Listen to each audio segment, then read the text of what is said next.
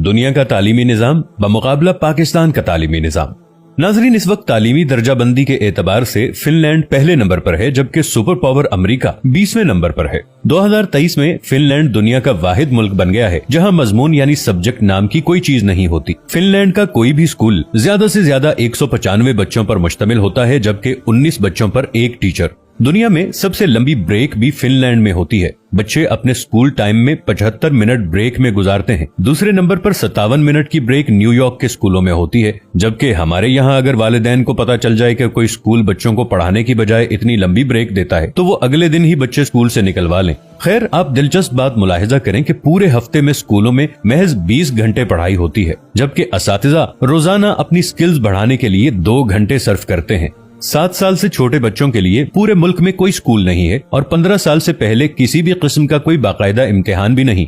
रियाजी के एक उस्ताद से पूछा गया कि आप बच्चों को क्या सिखाते हैं, तो वो मुस्कुराते हुए बोले, मैं बच्चों को खुश रहना और दूसरों को खुश रखना सिखाता हूँ, क्योंकि इस तरह वो जिंदगी के हर सवाल को बाआसानी हल कर सकते हैं। आप जापान की मिसाल ले लें। 3री जमात तक बच्चों को एक ही मजमून सिखाया जाता है और वो है अखलाकियात और आदाब। हजरत अली रज़ियल्लाहु अन्हु ने फरमाया, जिसमें अदब नहीं उसमें दीन नहीं। मुझे नहीं मालूम कि जापान वाले हजरत अली रज़ियल्लाहु अन्हु को कैसे जानते हैं और हमें अभी तक उनकी ये बात मालूम क्यों ना हो सकी। बहरहाल, इस पर अमल की जिम्मेदारी फिलहाल जापान वालों ने ली हुई है। हमारे एक दोस्त जापान गए और एयरपोर्ट पर पहुंचकर उन्होंने अपना तारुफ करवाया कि वो एक उस्ताद हैं, और फिर उनको लगा कि शायद वो जापान के वजीर आजम हैं। अशफाक अहमद साहिब मरहूम को एक दफा इटली में अदालत जाना पड़ा। उन्होंने भी अपना तारुफ करवाया कि मैं उस्ताद हूँ। वो लिखते हैं कि जज समेत कोर्ट में मौजूद तमाम लोग अपनी नशिस्तों से खड़े हो गए और उस दिन मुझे मालूम हुआ कि कौमों की इज्जत का राज उस्तादों की इज्जत में है। ये है कौमों की तरक्की और उरूजो जवाल का राज।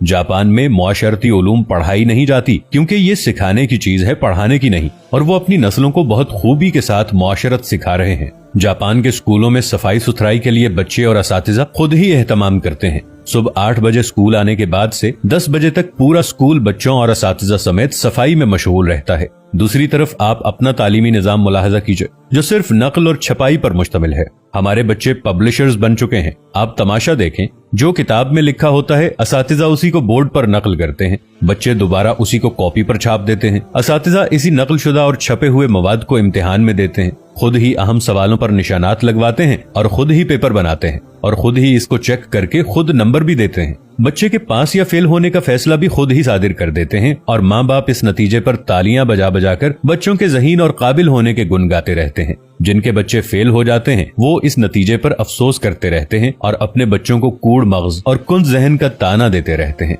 हम 13-14 साल तक बच्चों को कतार में खड़ा कर करके असेंबली करवाते हैं और वो स्कूल से फारिग होते ही कतार को तोड़कर अपना काम करवाते हैं। जो जितने बड़े स्कूल से पढ़ा होता है, कतार को रौंदते हुए सबसे पहले अपना काम करवाने का हुनर जानता है। तालिब इल्म का स्कूल में सारा वक्त साइंस रटने में गुजरता है और आपको पूरे मुल्क में कोई साइंसदान नामी चीज नजर नहीं आएगी, क्योंकि बदकिस्मती से साइंस सीखने की और खुद तजर्बा करने की चीज है और हम इससे भी रट्टा लगवाते हैं।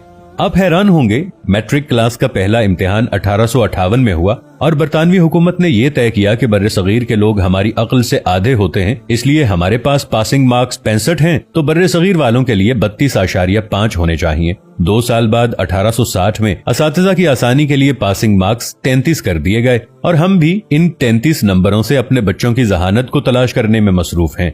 अल्लामा इकबाल के शेर का ये मिसरा इस तमाम सूरत हाल की सही तरीके से तर्जुमानी करता नजर आता है।